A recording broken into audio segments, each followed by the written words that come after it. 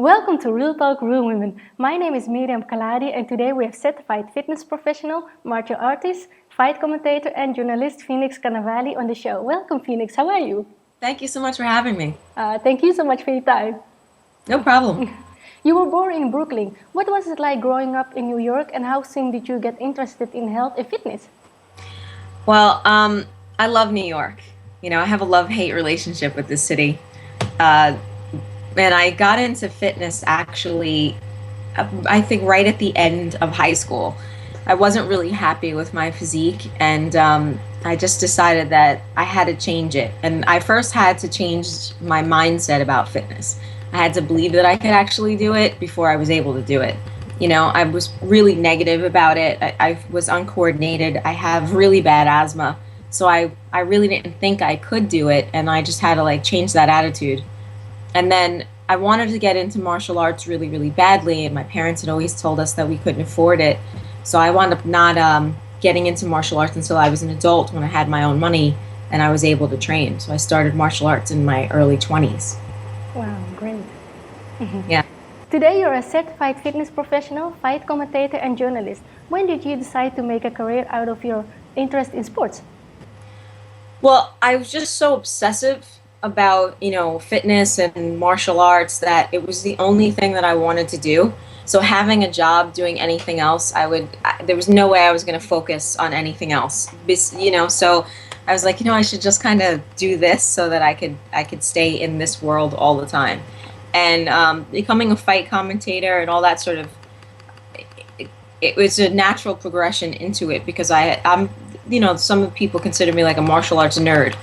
All I do is obsessively read about it or study it or watch fights or go to the gym or torture my trainer by asking him a million questions. And it just came out of my absolute obsession and compulsion to be in it all the time. Since then, you've developed several classes and programs when you combine movements and techniques from different sports disciplines. What is the most important thing you look for when building out a health and fitness program?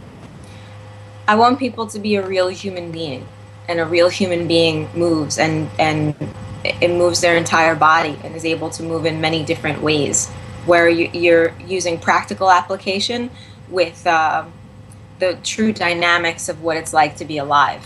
When I see unfit, unhealthy people, I don't judge them. I actually feel a little brokenhearted for them because I feel like they're not living up to what their human potential is. Everything that I am interested in has to do with human potential, whether it be fighting, whether it be training. It's like, look at what the human body can do. So I've built progressive programs where you take it from step 1, step 2, step 3, level 1, level 2, level 3, to build you up until what is your human potential. Fantastic. As a fitness expert, what would you say is the most common misconception about health and fitness from your perspective? That it's easy and that it's hard. It's not easy in terms of you really have to be disciplined with it and follow it every single day. But it's not hard because it's so beneficial to you that whatever's difficult about it, the goodness of these things far outweigh any of the bad that you would think. So, and also too, it doesn't really have to be that complicated. It's really calories in, calories out, and get out there and move. I agree. Yeah. Yeah. What is the one question people never ask you, but you feel they really should? One question about how to recover, about how to take it easy, about how to keep your mind focused into fitness and the disciplines of it. I think it's the mental part that they should focus on a little bit more, because if I didn't focus on the mental part more, it would have never happened for me. Rather than this sort of type A personality, go, go, go, go, go. That doesn't work either. I remember saying this to a friend, and he really loved the quote that everybody wants to train like an athlete, but nobody wants to recover or think like one.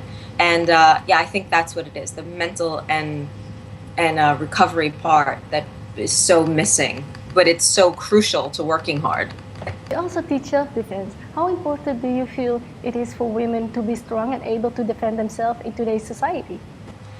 I think it's extremely important because it builds a sense of confidence, and that sense of confidence, sometimes if you just have that air about you, you're less likely to be a victim in the first place. So I think that sense of confidence and awareness gets you out of trouble almost as much as knowing how to defend yourself. So I think everybody should know how to defend themselves, because you should have enough self-confidence and self-pride to say that I am not going to be treated like this. I will not take this from you. And it goes along those lines with, standing up for yourself, both emotionally and physically. As a journalist and fight commentator, you've interviewed many of the most elite athletes in the world. What is the one lesson you've learned from them that has the greatest impact on your own life? I've interviewed Ronda Rousey 2 days ago, all right? And that was huge for me because it was her in particular, but they've all kind of said this to me at some point. They're all scared to some degree, and they're all insecure to some degree, but they do it anyway, and they still go after the things that they want to go after anyway, and they fight through all that stuff anyway. And that's what gets them to such high levels, is they deal with how they feel, and if they are fearful and if they are scared, they're not superhumans. They're human beings that have feelings and emotions, and they do it anyway. And I can't wait till that interview's edited, because I was mesmerized by her level of self-confidence, and being able to stand strong for what she believes in and what she wants. That's incredible, right? Yeah. You've also been involved in and organized your own seminars on fitness and women's empowerment related issues. What drove you to do this? My own insecurities. It was, I wish someone would have said to me some of the things that my coaches or training partners and would have said to me years ago. And I just wanted to get that message back out there and spread that back out there. And, I work with a guy named Phil Nurse, and he's my Muay Thai coach. And I actually did all those seminars before I met with him. But a lot of the things that he kind of tells me now are some of the things that I used to bring up then. And it's funny how I still need to be reminded, even though I was, doing seminars on this type of thing.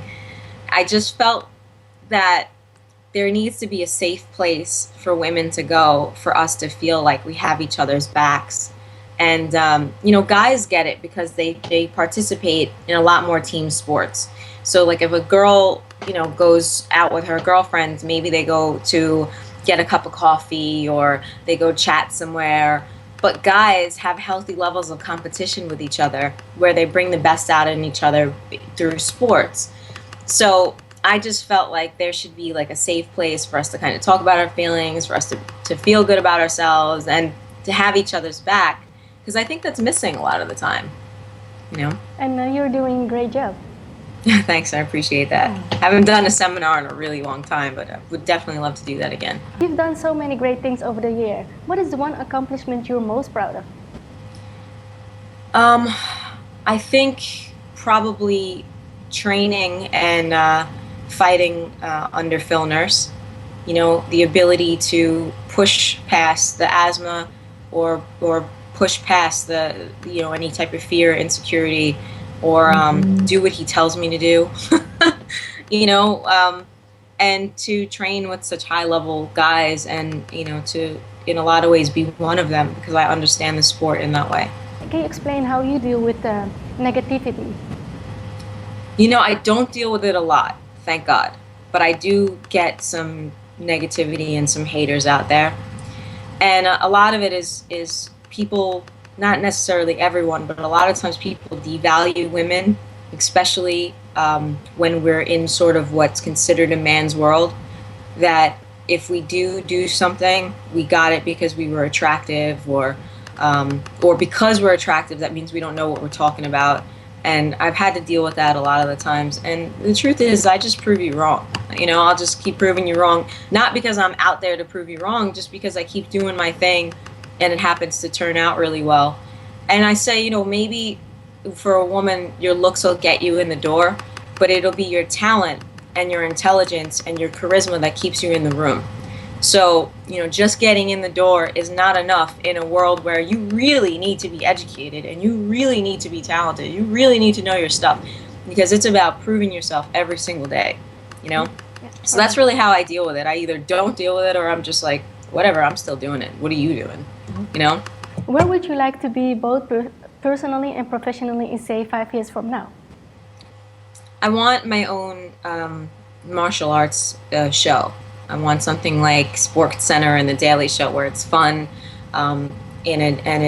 it's very entertaining, but you really get an inside look at all the beauty that's in martial arts, whether it be pop culture or fighting or training or whatever, the newest movie that's coming out, and I would really like to have a show like that.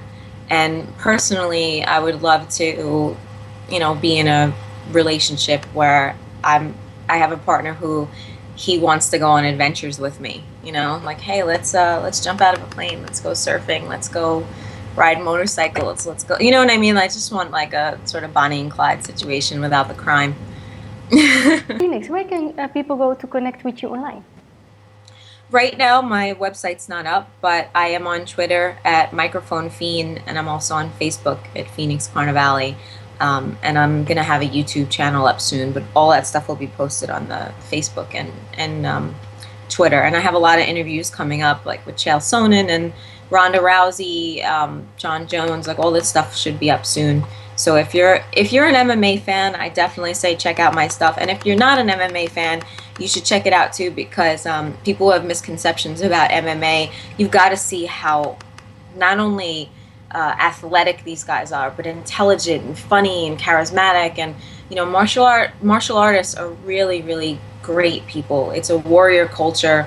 There's a large percent of us that are like super, super, super respectful and just great people. Just great people. Great. And I will make sure to put all the links below this video. Absolutely. Thank you. Appreciate that. You're most welcome. Yeah. Do you feel there's anything we've missed that you would like to talk about today? No, I think we've pretty much covered everything. Great. I would like to thank you so much for being on the show, Phoenix. It was an absolute pleasure. Thank you for having me. You're most welcome. And thank you so much for watching. My name is Miriam Khalladi, and I will see you on the next episode of Real Talk, Real Women.